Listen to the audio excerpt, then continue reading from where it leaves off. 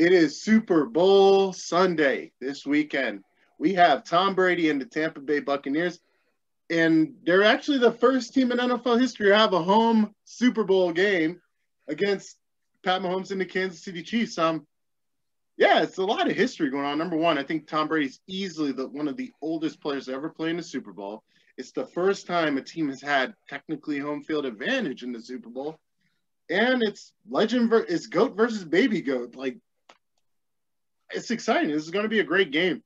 I think it makes up for the last 2 years of the Super Bowl where they've been less than amazing. I mean, last year was cool because you had, actual gameplay, but I felt like 2 years ago, sorry, Justin, that game was one of the most boring Super Bowls ever. Hopefully Tom Brady doesn't bore us again this year, but nonetheless, we are going to talk about – that's Super Bowl part of the reason we're seeing a Jared Goff trade, but go on.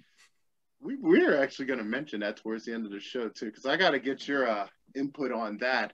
But let's start talking about the Super Bowl first. Actually, let's talk about the Jared Goff. Before we get into the Super Bowl, I got to ask you, because you are a Rams fan and you are a resident Rams expert, what do you think of that trade, man?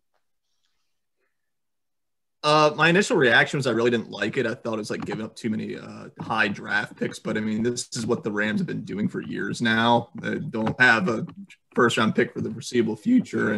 But I think I'm starting to understand why they felt like this was the right move, because I think the front office is kind of looking at it like, oh, we're so close to getting to the Super Bowl again. We just need some better quarterback play. And I think they believe that Stafford can give them that over Goff. I think they're convinced that Stafford's going to give them something that Goff just can't.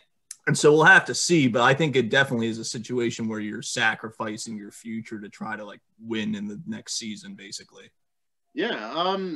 And what's interesting is there are other quarterbacks hoping for a trade, at least now. Whether or not the Texans are listening to, I'm surprised. I wonder if the LA Rams reached out to him, because I would have definitely took someone younger like a Deshaun Watson over, a Matt Stafford. But they don't have enough first-round picks to get Deshaun. That's the crazy thing about it. I feel like this trade has made trading in the NFL a lot more trickier now. It's raised that bar. A lot more picks, I think, are going to be centered around draft picks, where people aren't going to have first-round picks just to get one player. And I don't know. I thought the Steelers are crazy to do it for Minkah Fitzpatrick. It seems to have worked out for him, honestly.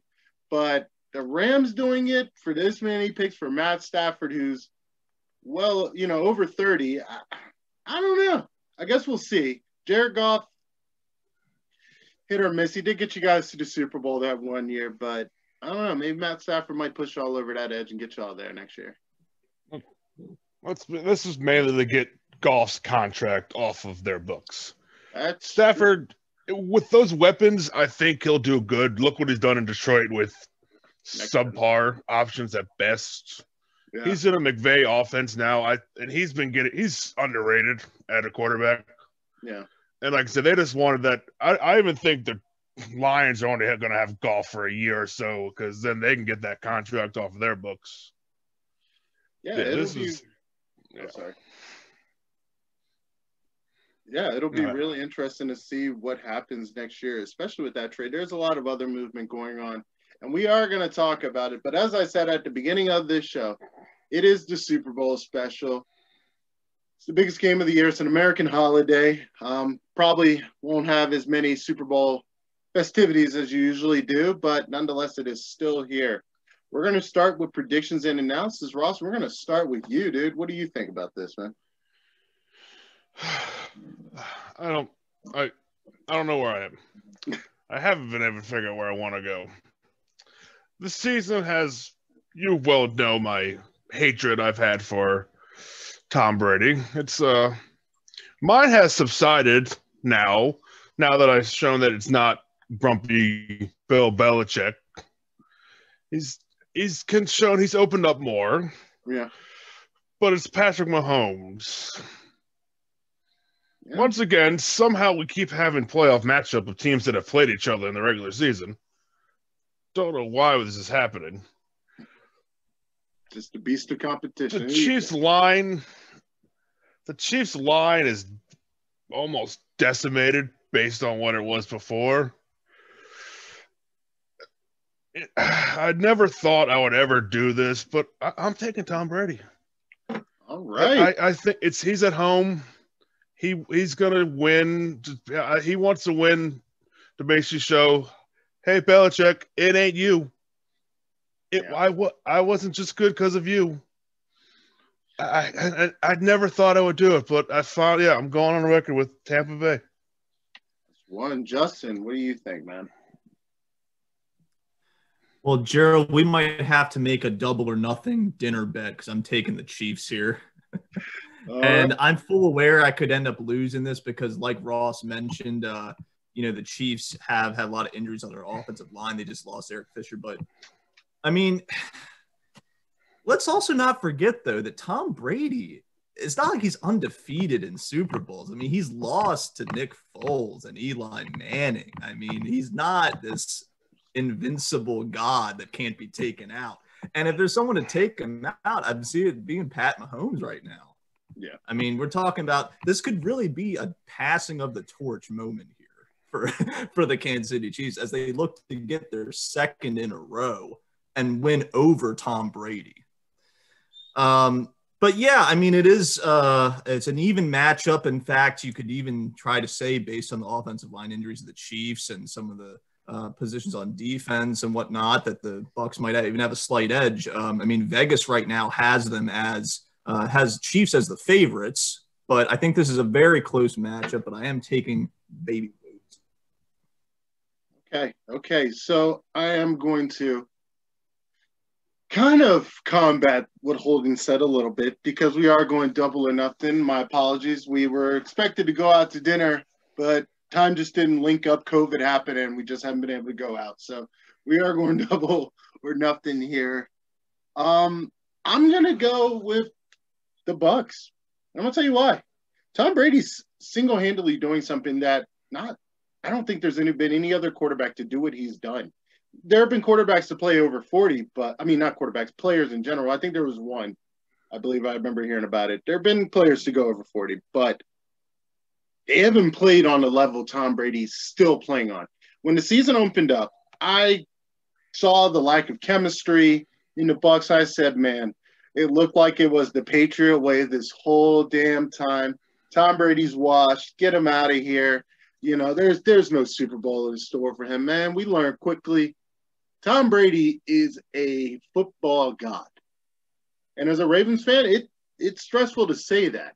Tom Brady has ruined many a playoff appearance for us. But when you talk about Tom Brady's losses in the Super Bowl, the fact that Tom Brady simply has his Super Bowl record is equivalent to a lot of quarterbacks' playoff records. I mean, to say that you've been to the Super Bowl that many times and you've lost twice, I'm not even mad at that. That's simply amazing. For the last 20 years, he's dominated the quarterback game, and he's still doing it. Now, Pat Mahomes is no slouch. Pat Mahomes is easily probably will be the next Tom Brady. I could see Pat Mahomes breaking records that Tom Brady has now. I think when we sit back, maybe another 20 years from now, it'll be Pat Mahomes' name we're talking about in his, who knows, however many Super Bowls it'll have been. But I think for now, my money's on Tom Brady. My money's on the Bucs. I think it's just something special about a team, number one, having home field advantage in the Super Bowl. It's something we've never seen.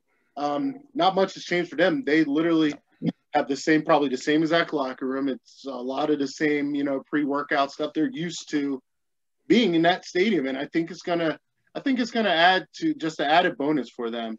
Not to mention, Ross had brought up, for years people thought it was Belichick's system. No, it's Tom Brady, and he brought it down to Tampa.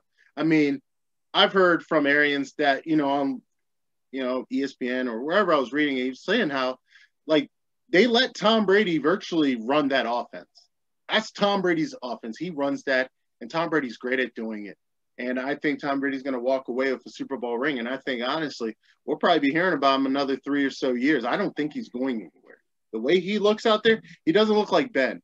He doesn't look like Phillip Rivers. He looks ready to go again, and that's scary. So, yeah, I'm going with the Bucs here.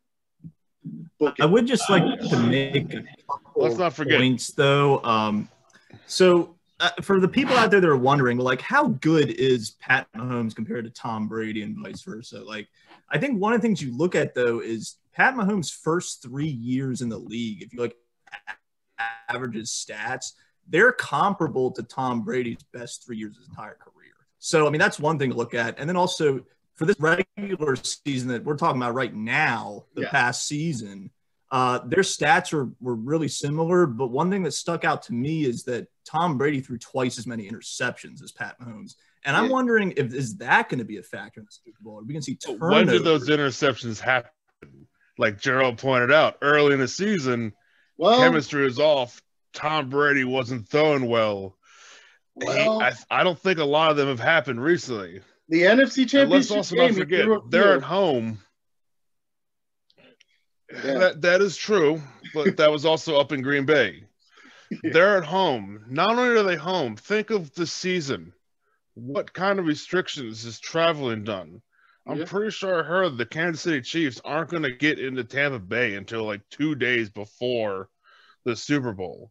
Normally, a team is there a week or so before the Super Bowl. So now you have one team that does not have to travel. Yep. No travel at all. That doesn't play a part. Again, things with, I mean, not to downplay, you know, COVID-19 has kind of changed a lot of things, and it's changed the Super Bowl. You don't have a lot of the festivities that you had, a lot of the media, you know, in-person media. That's not a thing anymore.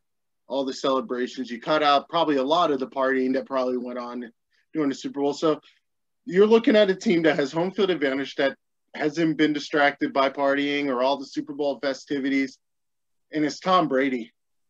And, I mean, yeah, I don't see this. Yeah. You look at all. Let's not forget those 3 losses he had to. Those 3 losses to New York twice and Philly. Let's see what we had in there. We had the Tyreek helmet catch. We had the Philly special. I'm sure something crazy happened that I can't think of right now. Well, that argument actually. And look what he did against Atlanta. Ross. I'm gonna tell you why. Because Pat Mahomes is the king of backyard football. The shit that kid does. Oh my God. Oh, I don't believe that. I completely agree with that. Yeah. So the trick plays, it is lined up to work against him. And it would be some shit. It would be like an underhanded toss to Kelsey for a touchdown. That would probably seal the fate, because that's just what the Chiefs do. But I don't know. I think the Chiefs have had. But I'm sure Atlanta fans don't want to hear this. 28-3. Yeah. There you go. 28-3.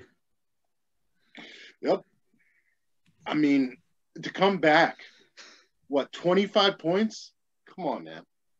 Justin, I know you're salty. Well, I know one could also say, that Super Bowl that was won against the Seahawks, where it was totally the Seahawks were in position to win it, and they just kind of made a bad play call. You know, I mean, it doesn't always end up in Tom Brady's hands at the end. No. Of the game. In fact, Adam Vinatieri won a few Super Bowls for him. I know you're a little mad, Justin. You know, you're a biased fan here. You know, I do apologize that you have suffered 2 times at the hands of Tom Brady. So I understand why this pick is so hard for you, but nah, man, this is Tom Brady's show. It's going to be a great Super Bowl. I think it's going to be probably one of the better Super Bowls, at least competitive wise, that we've seen. Of course, I don't have a dog in the fight. I wish the Ravens were there, but it's going to be a great game. I can't wait. It's going to be exciting. And I will say, I do agree with your point earlier about, like, we know that Bill Belichick wasn't really the one responsible now. I mean, I've been saying this for a while. Like, I don't think coaching actually, like, makes as huge of a difference as people think it does. Like, I think it's really more about just having good players. I mean, the Ravens are the perfect example. And I don't mean to switch, boats to my home team here, but the Ravens are the perfect example. The Ravens won. Most of the Ravens' wins this season wasn't probably because of the offensive coordinator. I'm going to be real with you. The Ravens just had a certain skill set that I think certain teams just didn't match up well. And I think a lot of times with the Patriots, I think that was the case. I don't think a lot of teams were good at lining up against Tom Brady because he would wear your team down. Your defense is getting worn down against him, and he's going to throw it through the air for the most part. And that's just amazing. And I don't know. The Chiefs have a great defense. They have a really good team, a really good young team. And I don't know. It could be a case of humble pie for them. They definitely, like I said, it's going to be a very competitive game. And it won't be as, I don't think even if the Chiefs win, it'll be a blowout like a lot of their wins have been. I think it's going to be really close, down the wire, just old school offensive onslaughts. Yeah. I think easily we could see 800 or more yards passing between the two of them. No question. That's 400 apiece. Easy for them, I think. But I don't doubt it. I think they're going to pull out all the stops last game of the year, Yeah, leave it all on the field. And you know what? We're going to leave it at there. We have the Super Bowl coming up. Pat Mahomes and the Chiefs versus Tom Brady and the Buccaneers is a heavyweight fight if I ever heard of one. Don't forget to miss it. Don't forget to watch it. Jeez. Don't forget to tune in. We'll be recapping it within a day or two after the Super Bowl, so stay tuned for that. As for Ross and Justin, that's it. Thank you for tuning in for the abbreviated 2020 football season that we've had here at LitTube.